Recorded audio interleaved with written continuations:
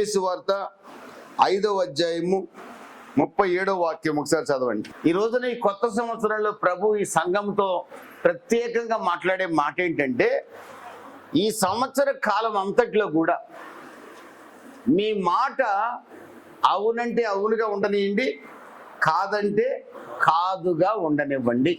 మన మాట అవునంటే అవును, కాదంటే కాదుగా ఉండాలి. అననీయ సప్పీరాలు అపోస్తలుల కార్యాలు 5వ అధ్యాయంలో తమ పొలాన్ని అమ్మి కంప్లీట్గా దేవునికి ఇవ్వాలని తీర్మానం చేశారు.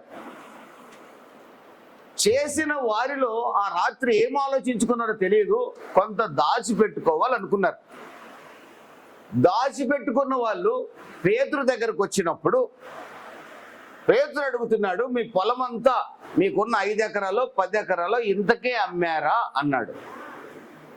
అమ్మినప్పుడు వాళ్ళు ఏమి చెప్పుండాలంటే, మేము ఇంతకు అమ్మాము, ఇంత దాచిపెట్టుకున్నామని చెప్పుండాలి. పేతురు గారు హృదయపూర్వకంగా ప్రార్థన చేసి ఉండేవాడు. కానీ వీళ్ళు ఏం చేశారంటే, దాచుకున్న సొమ్ముని పక్కన పెట్టి తెచ్చిన సొమ్ముని చూపిస్తూ ఇంతకే అమ్మాము అన్నారు. ఇంతకే అమ్మాము అన్నారు. వారు ఆ చోట వారి మాట అవునంటే అవును, కాదంటే కాదుగా లేదు.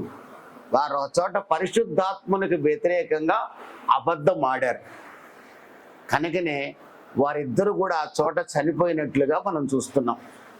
ప్రియమైన దేవుని బిడ్డలారా, ఈ 2024లో మనం ఆరాధిస్తున్న దేవుడు ఎవరు అంటే నమ్మదగిన వాడు గనుక, మనం ఆరాధిస్తున్న దేవుడు ఎవరంటే అబద్ధం ఆడడు గనుక, మనం ఆరాధిస్తున్న దేవుడు ఎవరంటే మాట తప్పని దేవుడు గనక, మనం ఆరాధిస్తున్న దేవుడు ఎవరంటే అన్యాయము చేయని దేవుడు గనక, ఆయన దేవుడుగా కలిగిన మనం కూడా మాట మీద నిలబడే వారిగా ఉండాలి. చప్పట్లు కొట్టి ప్రభు నామాన్ని కనపరుచుకుందాం. మీరు మాట మీద నిలబడినప్పుడే అద్భుతాలు చూడగలుగుతారు. మనం ఆరాధిస్తున్న దేవుడు తన మార్గాలన్నిటిలో కూడా నీతి గలవాడు, తన క్రియలన్నిటిలో కూడా కృపచూపువాడు. కొరింథీయులకు రాసిన 2వ పత్రిక 1వ అధ్యాయము 20వ వాక్యంలో రాయబడిన మాట ఏంటంటే, దేవుని వాగ్దానాలన్నీ అవును ఆమెన్. దేవునికి స్తోత్రం కలుగును గాక.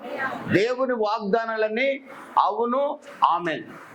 ద్వితీయోపదేశకాండం 9వ అధ్యాయంలో రాయబడిన మాట ఏమిటంటే, మన దేవుడు నిబంధన నెరవేర్చే దేవుడు. మన దేవుడు మాట ఇచ్చాడు అంటే తప్పనిసరిగా నెరవేరుస్తాడు. ఆయన బిడ్డలమైన మనం ఎలా ఉండాలని ఆయన కోరుకుంటాడు అంటే, మనం కూడా మాట ఇచ్చి తప్పే వారముగా ఉండకూడదని ప్రభు కోరుకుంటున్నాడు. మరి మీరు ఎంతమంది ఎవరెవరికి ఏం మాటలు ఇచ్చారో నాకు తెలియదు, కానీ మీ కుటుంబాలు పాడు చేసుకునే మాటలు మాత్రం ఇక మీదట ఇవ్వకండి. మీరు ఏదైనా మాట ఇచ్చారు అంటే చాలా జాగ్రత్తగా మాట ఇవ్వండి. ఇచ్చిన మాటనే నెరవేర్చుకోండి.